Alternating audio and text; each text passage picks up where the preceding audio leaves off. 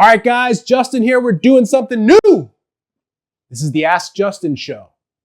And we are going to answer your questions live. No, they're not live. See, keep that in there though, Stefan. They're not live. We're recording this, but we're going to answer your questions. So there's a new format. We're trying it now. In this episode, we talk about perfectionism. We talk about when to raise your price. And we talk about what you really wanted out of this thing. Are you okay being fine? I don't think you are. I hope you enjoy this.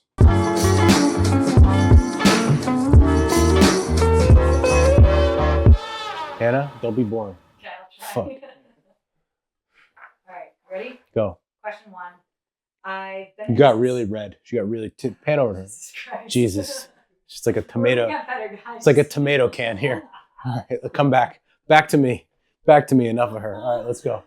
I've been in business for 2 years. I'm barely making enough to pay my bills. What's my first move? You know, we talk to a lot of people who are struggling in business or trying to make more money, and they'll tell me, listen, I want to take your course. I want to pay for ads. I want to do all these things, but I don't have the money. And I kind of laugh because I always say to them, well, obviously, if you had the money, you wouldn't need me in the first place. If your business was good, if you were making the money you needed to make, why would you ever hire a coach? That makes no sense. And so the problem that most people have is that they're stuck between a rock and a hard place. They sit there and think when I have the money, then I'll run ads. Well, if I ran ads for marketing, you would get more new patients and then you would have the money, but you don't have the money, so you don't run the ads. And because you don't run the ads, you don't get new patients. And you run this loop and loop and loop. So the problem is the false belief that is like the when then fallacy. So some people say it when they're hiring. Well, when I get busy, then I'll make my first hire. But you need to hire in order to grow because you need to get your time back. Some people say, well, when I make more money, then I will run ads and pay for ads. But if they had more money, they wouldn't need to run ads in the first place. You know, when I get more cash flow in the business, then you'll hire a coach. Well, but you need a coach to get more cash flow. So the problem really is the mindset behind it. See, the problem that chiropractors have and doctors have is it's very logical. It's very sequential. You go to undergrad, then you go to grad school, then you graduate, then you take boards, and it's like you pass one thing to go to the next. It's like a video game. It's like Mario Kart. You level 1, level 2, level 3. The problem in business is it doesn't make sense. It's often illogical. And the biggest change that chiropractors, that doctors need to make is to stop thinking about the when then. The when then, when you get ready, then you'll take action. When you get this, then you'll do that. But you'll forever be stuck that way. And the problem that most people have is that they genuinely believe that one day it'll happen. But as they say in Grumpier Old Men, Hannah, do you know what they say in Grumpier Old Men? You can pray in one hand and you can shit in the other and you can see which one gets filled faster. Unfortunately, that's how most people build their business. They just wait until the thing actually happens and they pray and they hope and it never happens. And then they're in business 20 years and nothing changed. Did I answer your question? I don't even think I answered her question, but I got her. She's all red, hot and bothered, and we're ready to go. All right, next question. I know you talk about raising prices. How do I know when it's time? Price. Well, the right time to raise your price was yesterday, but today will do. Again, here's the thing. When we understand price and price psychology, we understand that it has nothing to do with when is the right time. The logical answer is this, and I'm going to defy logic. Most people would say, when I get busy and my schedule gets full, then I'll raise my price. And that makes sense. I have people that I coach and work with every single day who literally have a wait list and they still don't raise their price. And when I ask them why, they say, because I don't know. They don't have a good reason why. They don't know why they don't do it. If you look at the marketplace, at a most basic level, if your schedule is full, and God bless you if you have a wait list, and you do not raise your price, you just don't understand basic economics. Think of the stock market. Supply demand. When everyone buys Amazon stock, there are less shares of Amazon stock, the price goes up. When no one wants a stock, the price goes down. And so step one, if your schedule is 70, 80% full, or again, if you have a wait list and you have not raised your price significantly, you're already lost. You have completely lost the plot. It is basic economics and math. Now, the second part of this is where we go deep into pricing psychology. Because the first thing is people are going to be like, well, my schedule's not full, I'm not going to raise my price. And those are the same people that are probably charging between $90 and $150 cash for their services. If that's you, you have to either raise your price or, you never heard me say this before, ready for it? Lower your price. The problem is you're stuck in the middle. If you are listening to this, watching this, and you are charging between $80 to $150 cash, you're a chiropractor or a PT, you're absolutely wrong because you're in the middle. You either need to go back to being an insurance practice, low copay, high volume, be the joint, or you need to go the other way to be high level, high touch, concierge-based service. The middle never, ever, ever, ever wins. There are about 10 people watching this. I was going to say 100, but there's not going to be 100 people watching this. There's going to be 10 people watching this that know that I'm right. They are charging between $90 and $150 for a session. And here's the thing. You still get people that are price sensitive. You still get people that say no at 90, at 100, at 110, 120. So you think that you can't go up in price. You're right. They are price sensitive. They're going to be price sensitive 110 and 210. The problem is, compared to the cheaper option, you're still really, really expensive. And so to go back to the question, if you have a wait list, if you're 80% full your schedule, raise your price yesterday. But if you are priced somewhere between $90 and $150 for a session, understand that you are still significantly more expensive than the cheap option.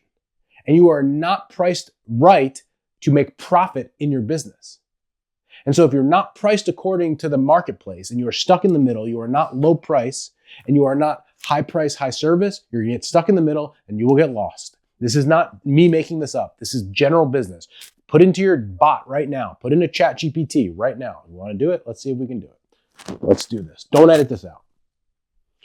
Can you tell me why the worst thing to be in business is stuck in the middle? Why you should be low cost and high volume or high price, low volume? Why is it bad to be stuck in the middle? Let's see what they say. What do you think they're going to say? I just actually was talking to Maria about this. We talked about the Walmart and Hermes example. Hermes, pronounce it correctly. The core idea, strategy requires trade-offs. The concept of being stuck in the middle comes from Michael Porter's classic business strategy framework. He argues that you can't be all things to all people. Why being stuck in the middle fails? You confuse the market. Customers don't know what you stand for. If you're not the cheapest and not the best, people won't know why to choose you. Example, a chiropractor charges mid-range price, but doesn't deliver a distinct premium experience. People either want the best deal, low cost, or the best experience, high value. Nobody wants pretty good and decently priced. I'm a perfectionist. I have trouble making changes in my business. How do I get over that? You know, I talked to one of our clients the other day who told me the same thing. They said they were a perfectionist. I got to get over it.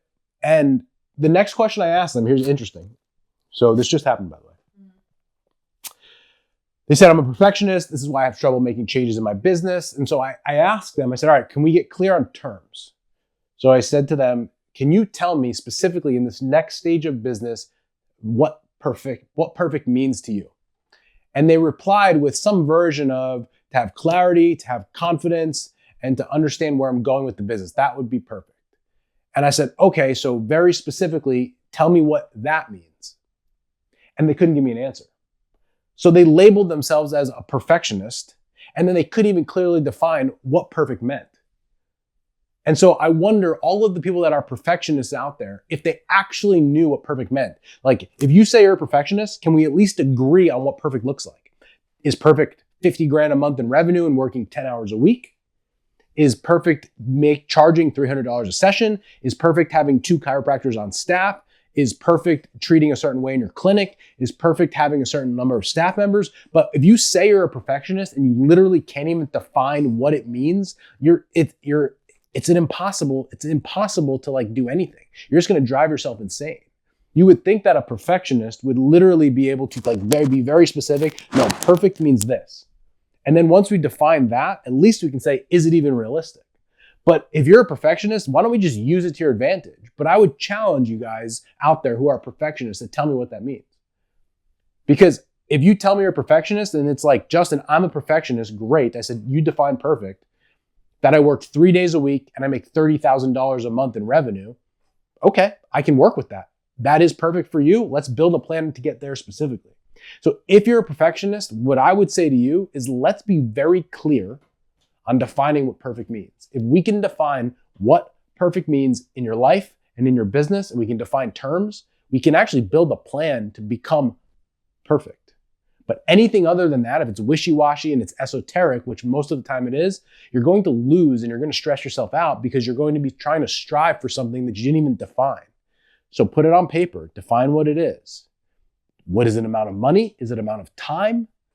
Is it a feeling that you get? Like, give me something concrete and specific. And if you can do that, you can define what perfect means, you've got a chance to actually hit it. I know I want to work on the business, but it feels like I just need more new patients. Where do I start? So you know you need to work on the business. So this is like a classic Michael Gerber thing, work in the business versus on the business. So the question is, what I'm hearing is some version of, I know I need to like work on the business and do things, build systems, hire staff, do all that, but it just feels like I need more new patients, so I should just do that. So without context, let's just dive in a little bit here. The idea of getting new patients in your business is working on the business. Now, here's the problem. We always say that what got us here often gets us stuck. There's going to be a day in which you just trying to get more new patients and not focusing on any other aspect of the business is going to not get you patients. And so if you are someone who works, let's call it 25 clinical hours a week, and the rest of your time is only spent getting more new patients, well, there's a cap on that. Because what we actually have to do is we do actually have to get more new patients, but not the way that you think. We have to go and build a system that will help engineer getting new patients. We have to run ads that will run when you're treating patients. We have to hire people that can help you do other work so that you might be able to go and get new patients. And so you and I might say the same thing. We might have to build a business that needs to get more new patients. But the question is, how do we go about doing it? Right? The problem that most chiropractors have is it's like they're going to treat patients for 30 hours a week. And then if they have 15 hours extra, they're going to go and do the marketing to get new patients. Whereas instead, what they should do is go hire a marketing assistant. And then the marketing assistant can go and create content. And if they create content every single day, multiple times a day, they're going to help to generate more new patients. In my practices, we have someone who literally works on full-time on Instagram DMs. That person's job, 40 hours a week, is literally just to go get new patients. So when we say we're going to get new patients, the question is how? When someone asks that question, it's like, I'm going to go spend the time to physically go, like literally grab new patients, but you're going to run out of time. If we're going to build a real business, we have to build systems. We have to be able to run ads. We have to hire people. We have to train staff. All of those things will be done with the idea that we will go and get new patients. It's just not directly getting them. When you start your business, yes, you're doing everything and all things. Like you work all the hours, you do the marketing, you go and do the talks, you might run the ads, you might be in the DMs, you treat the patients, you ask for referrals. But if you want to grow the business to beyond you, to beyond like $25,000, $30,000, $35,000 a month that doesn't rely on you, at some point we're going to have to do something else. And if that means taking a step back revenue or profit-wise in the process, if that means that we're going to have to go spend some money on running ads that aren't going to work for a little while, these are the things that we have to do. We might have to sacrifice. We might have to take a step back. Again, the problem for most people is they're never willing to give anything. They're not willing to give up their time. They're not willing to take patients off their schedule. They're not willing to spend any of their profit. They're not willing to run ads that don't work because they're afraid it doesn't work in the short term. But literally any business that has grown has been willing to do those things for a period of time with the idea that one day, they're going to work. But I think that it's got to be clear on what we mean by getting new patients. Again, if you're going to be doing all the work all the time, like you run out of that real quick. And the number is $20,000 to $30,000 a month in revenue, like you going nuts and feeling like you have no time running on a treadmill, that has to end. But the rest of it, how to actually build the business and work on the business and the systems, that's what needs to happen once you get to that next level of business. Things are fine, we are stable, but not really growing. How do you know when fine is actually holding you back? How do you know when fine is actually holding you back? I think I'm gonna go deep here. I think a lot of us, we work a job, we're an associate, and then we leave. And the reason we leave to start our own is because deep down, we believe that we can do more. We have more that we can add. We have a different way we want to do things. We have a life that we want to lead. And I would just ask this person, I would just ask them, like, deep down, if you went for a walk and got rid of all the BS and just literally asked yourself, are you okay with it being fine? Like, is that what you wanted? When you started this whole thing, when you went to school, you took the loans out, you did all the bullshit you had to do, was the goal to be fine? I don't know about you, but there's a lot of BS that I've gone through to get here, and to just get to the point of being mediocre, to be meh, to be blah. No, that's not why you did this. And so I think that there might be a level of fear. There might be a level of not really knowing what the big goal is. But if you really want to like live an extraordinary life, and I know that people do that, they want more time, they want more freedom, they want to like build a business that runs without them. They want all the things they got into business in the first place. And to just sit there and think that we're going to be good with it being fine, we might have to take a risk. We might have to like do something we're uncomfortable with. But again, when you're 90 laying on your deathbed, are you going to be like, man, life was fine? Or would it be like, man, I took a shot here and it's better than fine? So I think it just goes back to a little bit of truth serum, a little bit of like, are we sure? Are we sure that fine is good enough? All right, guys, this was our first Ask Justin episode. I want to do these in the future. I like doing these. They help out a lot. People have so many questions about their business, about their life, about where they're going, but I want questions from you. So if you enjoyed this and you want to get your question answered on the show, best way to do that, send me a DM on Instagram. Just write, hey, question for the show. We will answer it next time.